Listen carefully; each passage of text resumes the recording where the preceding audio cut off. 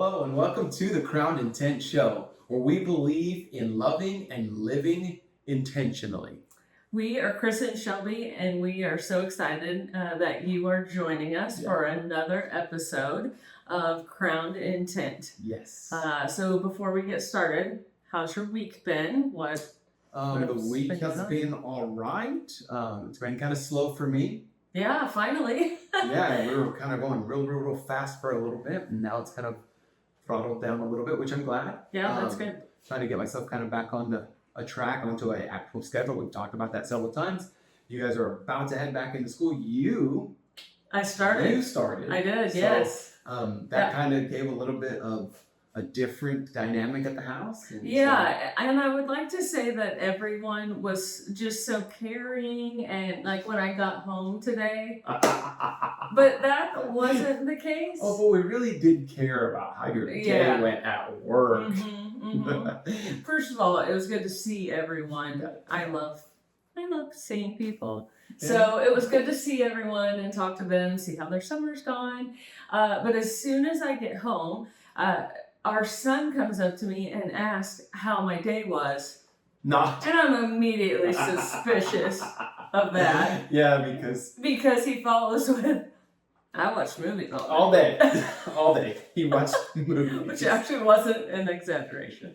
No, when we started talking at dinner, he started telling us he watched 4 movies. Full day. I'm like, what? The entire day. I was not a part of this. I had no idea about this, but I know. So it is what it is. Anyways, no one was worried about me. No one, But I did get a lot of help making dinner, so that was good. That did happen. So anyways, a few weeks ago, we talked about some books that we read throughout our marriage and that have kind of helped us. And one of those big ones was Love and Respect. So we wanted to today kind of dive into some examples of love and respect in marriage and just kind of define that and really just dive a little deeper into not too deep. We're not going to get all.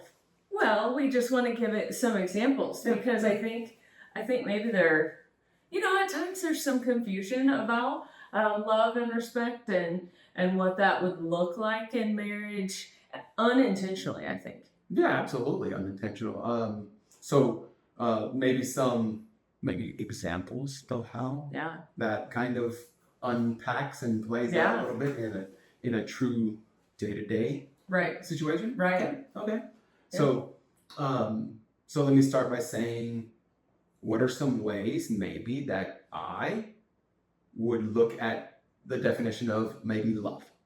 Right. And how I love my wife. Yes. So I guess maybe let's talk real fast about when the book Love and Respect talks about the primary need of women to have love. Yep. Then for men to have respect. Yes. So that's the basis.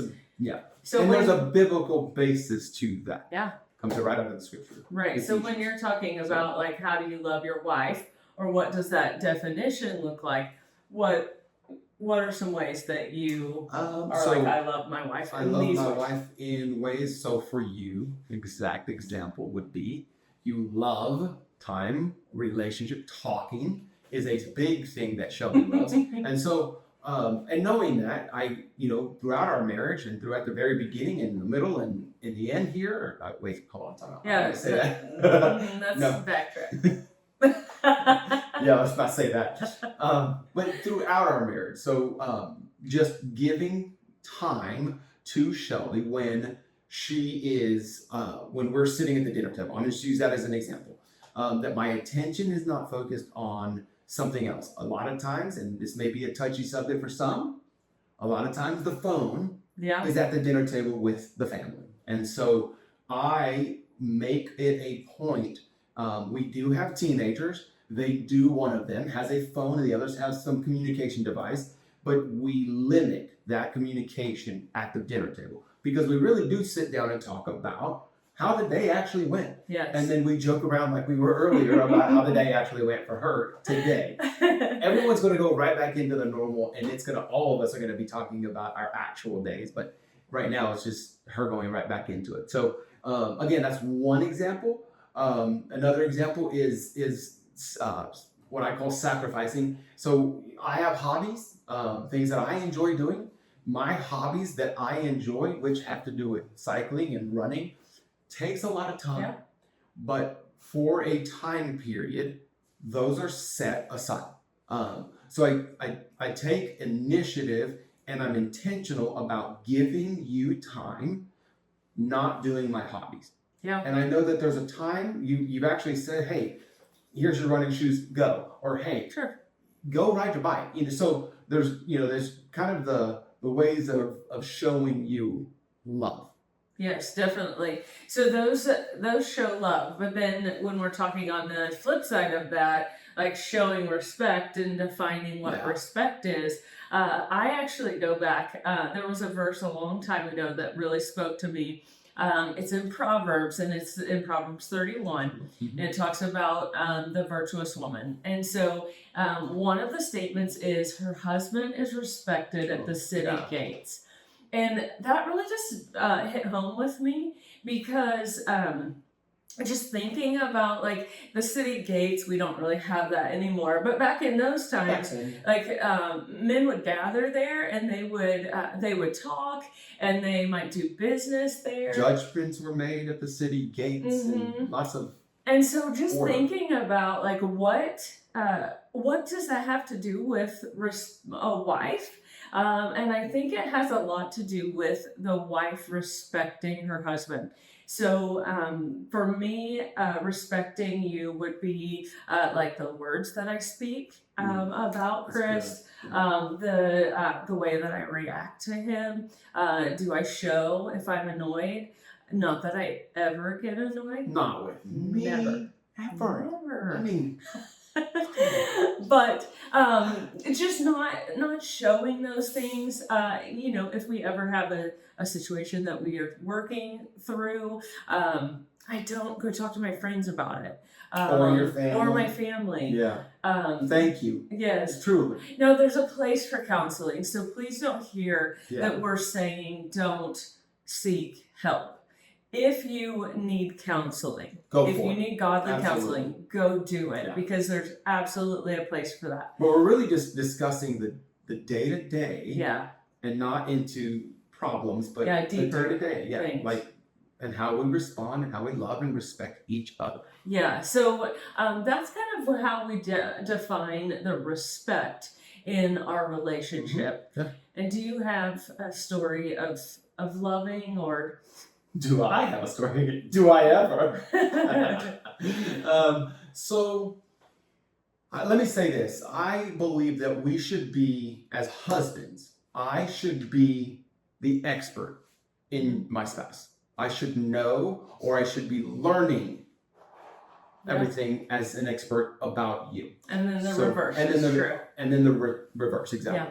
So the story that I'm about to tell, it has to do with cycling. Again, why does it seem to revolve around that? But cycling. There was one time where we were riding bikes and we were having a great time. And I know my wife I know you love to talk. And so, I do. So while we were riding, we were having a conversation, and then we got to a point where it became a little more difficult. When we were on a flat road, we were having conversation. Yes, a flat road. But then we started going up an incline, just a small incline, and the breath that Shelby had was not there, other than to say, "Enough with the conversation. I'm done talking. Go, I'm done talking." And so I caught on, like I said, being an expert, I caught on very quickly what that meant. So I took the time to do my hobby, run up the hill, and wait at the top of the hill. Yeah. And then we had the conversation. And that also allowed me to stay respectful because in the moment I could not breathe and didn't want to have a conversation. So a funny way to show to practice love and respect. So when do you feel both loved and on the reverse unloved? Yeah. So you kind of mentioned becoming an expert on your spouse, and I think that is huge because what to me feels like love might not be for another wife. Right. So this is just an example of me. So one big thing for me to feel loved is to have a conversation where we are sitting together, walking together, talking, and it's distraction free. Yeah. That's a big thing for me. So I would say I feel very loved when we're having conversation, that I can tell that you are involved in, that you care what my answers are, you care what I'm talking about or what we're talking about. I'm listening and responding. Yes. Yeah, to the responding. conversation. I like responding. Tell me what you really feel. But then the other part, feeling unloved, is when it's not distraction free. And so that's a big thing that we have put an emphasis on, not only in our relationship but in our home, is not like the person you're talking to should be the most important person in that moment. And so, not that we're perfect at that, but feeling unloved would be in a conversation that the person is very distracted. So does that mean I sit at the table and do this? No, please and don't. Gaze into Please your don't. eyes? Mm-mm. But beautiful. Absolutely not. No. No. Not that. No. Not that. Okay. Okay, so then on the reverse, when do you feel respected or when do you feel disrespected?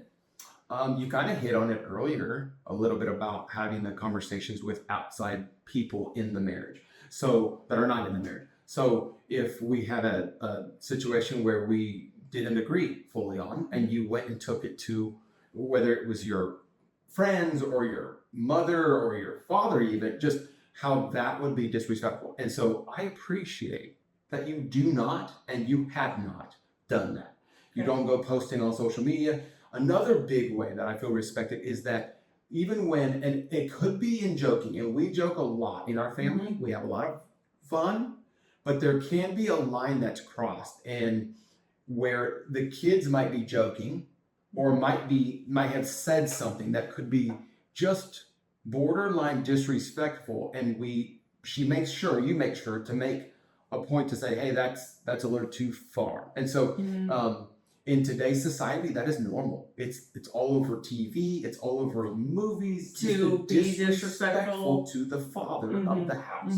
And so for me, feeling respected is you kind of stepping past that line and saying, nope, we don't go there. Right. Let's back it up. How do we say that differently? How do we respond differently? And again, we like to joke around, but there's also a guide to that. And so I feel respected when you do that. So that's another way that I feel heavily respected. So anyways. So when it happens, because all relationships, this happens, you're going to be in a point where maybe something happens that you don't feel loved, or as a husband, you don't feel disrespected. So when that happens, what do you think, what do we do, and what advice would you give someone to do in that situation? So if I'm feeling disrespected, the biggest thing for me, and I remember this happened early on for us. Whenever we had a conversation, it was very early on in our marriage. I remember us not being happy about something. I don't remember what the subject was because it wasn't obviously that big of a deal, but it was big enough to where you had actually came to me when we had our disagreement. We sat back down and you looked right at me and you said, do you know that that's not my heart? Wouldn't you give me the benefit of the doubt? And so for me, that was it was key. It was key to think, yeah, she's not out there to hurt or to disrespect me or to show me being disrespectful, and that's the life we were going to live. You intentionally let it be known that your heart's not there. That's not where your heart goes. And to give you the benefit of the doubt. I have never forgotten that. That was within the first year of marriage for us. And so again, that's kind of one of those places where I feel the most loved. What was the other part of the question? No, I think you answered it. Okay, I think you answered it. I mean, I would also add to that that when you feel either unloved or disrespected, I know one of the things I try to do, because it's not my intent to disrespect ever, but there are times where there's miscommunication, and it makes you feel like I was disrespectful, and so I always just try to say, like, I'm sorry you felt disrespectful, or I'm sorry that sounded disrespectful, because I want to acknowledge that that happened, that that's what he thought, but that wasn't my intent, because I don't want to just gloss that over, that need doesn't matter. So that's one of the big things that I always try to say. There was something that just recently you said something to me that was very on that same line, where you said, hey, I didn't mean to sound disrespectful when I said whatever it was. I don't even remember. But I remember I was walking out the door, walking out past I was going to go out to the garage or whatever. And I just remember her saying something, and I was like, I wasn't even thinking that. I didn't feel that way. Right. But it was going above in her own mind, thinking, I don't want to do that. And so, thank you. Yeah. So anyways, that's really kind of digging deeper into what that book taught and what it has meant for us, how we've really applied it to our relationship. So I would say that the big takeaway from this is, like, just to ask your spouse, what is it that makes you feel loved, or what is it that makes you feel respected? We talked a little bit about this, and I said this during that conversation. I said, men, you have to know. Mm-hmm. You have to know what makes you either feel disrespected or respected, and you have to be able to verbalize or communicate that with your spouse so that they know. And likewise. Yeah, agreed. To be able to communicate what makes you feel loved or unloved. So I would say that would be a great thing to talk about. After you watch this, talk to your spouse, and you might want to allow them a little bit of time to think about that, because it might not be something that they've thought through before. Yeah. So just really allowing that time. Yeah, we don't give authority to go in and attack. We're saying, spend some time with it. Pray. Yeah. Spend some time and figure it out, and then come together and have a conversation. Do it over dinner, in public, where you may not be able to. So anyways, we just wanted to really dive into that.